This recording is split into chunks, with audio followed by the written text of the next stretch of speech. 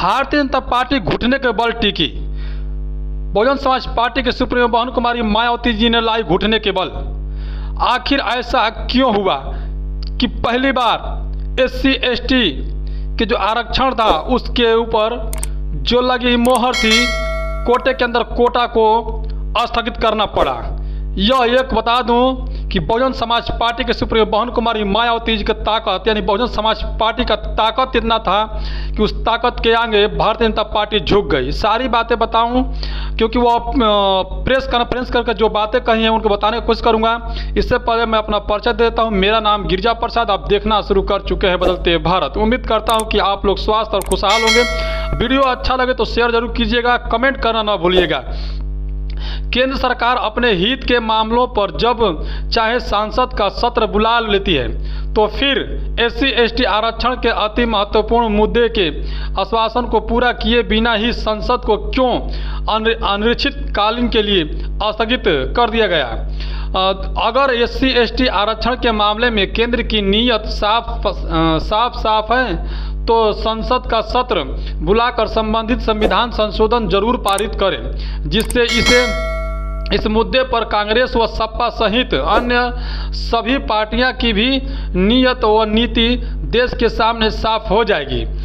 सुश्री मायावती जी ने एक press conference के दौरान सपा और आदि तथा उनके उन नेताओं पर अड़े हाथे लिया जो लोकसभा चुनाव के समय में संविधान बचाने के नाम पर संविधान का पारित लेकर, यानी संविधान की प्रति लेकर घूमते थे तथा रैलियां में उसे लहराया करते थे तथा बड़ी बड़ी बातें किया करते थे।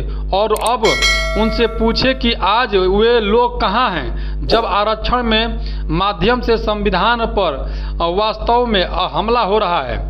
आज वे लोग चुप क्यों हैं? उन लोगों का ऐसा कृत्य विश्वासघात नहीं है तो और क्या है।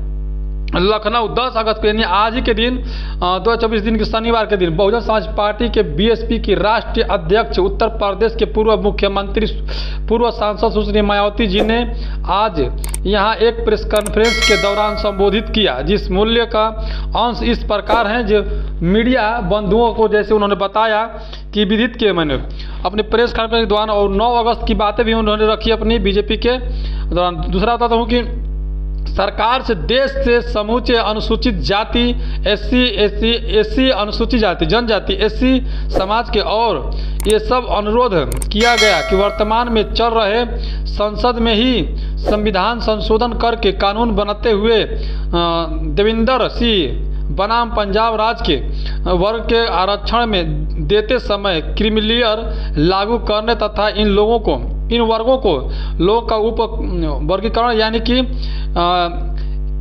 सब क्लासिफिकेशन करके समूचे आरक्षण रिजर्वेशन को ही एक प्रकार से खत्म कर दिया गया, अर्थात निष्प्रभावी बना दिया गया। इससे संबंध में अन्य भी इसके संबंध में अपनी बातें रखी थी, जिन्होंने अपने प्रेस कॉन्फ्रेंस के दौरान कांग्रेस तथा सपा पर उन्होंने आरोप भी लगा दिया, क्योंकि उन्होंने साफ साफ कहा कि जिस तरह से 2024 के लोकसभा का चुनाव चल रहा था उस वक्त राहुल गांधी यानी अखिलेश यादव, उन्होंने साफ कहा कि कांग्रेस एंड कंपनी के लोगों ने संविधान की प्रतियां लेकर लहराते थे और वह लहराते हुए कहते थे कि संविधान को बचाना है। तो संविधान बचाने के नाम पर सभी लोगों ने, यानी SC ST OBC के लोगों ने जमकर वोट किया इंडिया गठबंधन को, यानी कांग्रेस एंड कंपनी को, जिसके चलते वो लोग काफ़ी हद तक सफल भी हुए। लेकिन क्या आज कांग्रेस एंड कंपनी के लोग कहाँ छुपे हुए हैं, किस बिल में बैठे हुए हैं? उन्होंने साफ कहा कि जब SC ST के आरक्षण की बात आई तो वो लोग अब कहाँ चुप बैठे हुए हैं, कहाँ छुपे हुए हैं, क्यों नहीं घर से बाहर निकल रहे हैं? केवल चुनाव के लिए बाबा साहब डॉक्टर BR अम्बेडकर जी का नाम लेते हैं, संविधान की प्रतियां लेते हैं, लहराते हैं और चुनाव खत्म होते ही SC ST के वादे किए हुए भूल जाते हैं। ये कहूँ तो कांग्रेस एंड कंपनी यानी सपा का भी साथ में यह नाम लेते हुए कहा कि जो 2 युवा हैं उन्होंने साफ बहुजन युवाओं को भटकाने का काम किया, बहुजन समाज के वोटों को लेने का काम किया और ठगने का काम किया।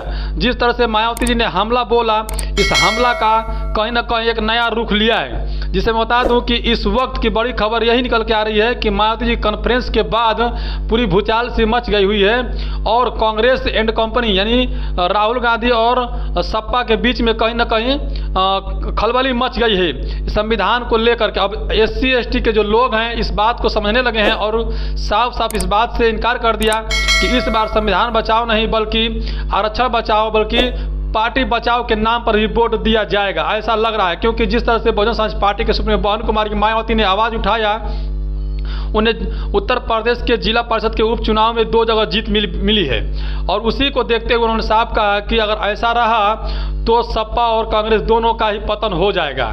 लेकिन जब जनता चाहेगी तब, क्योंकि वो वादे करते हैं वो भूल जाते हैं। ठीक इसी प्रकार कांग्रेस और बीजेपी दोनों ही जनता को ठगने का काम करती है, जिसके चलते जनता अब 2014 से लेकर के 2024 तक ठगा सा महसूस किया। इससे पहले कांग्रेस ने 60 साल तक वो ठगने का काम किया और इस बार जो है कि बीजेपी ने भी ठगने का काम किया है। तो अब ऐसे लोगों से सावधान रहें और बहुजन समाज पार्टी को जिता करके एक बार मौका दें ताकि आपका विश्वास को हम जीत सकें। पूरी वीडियो पर बने रहने के लिए धन्यवाद।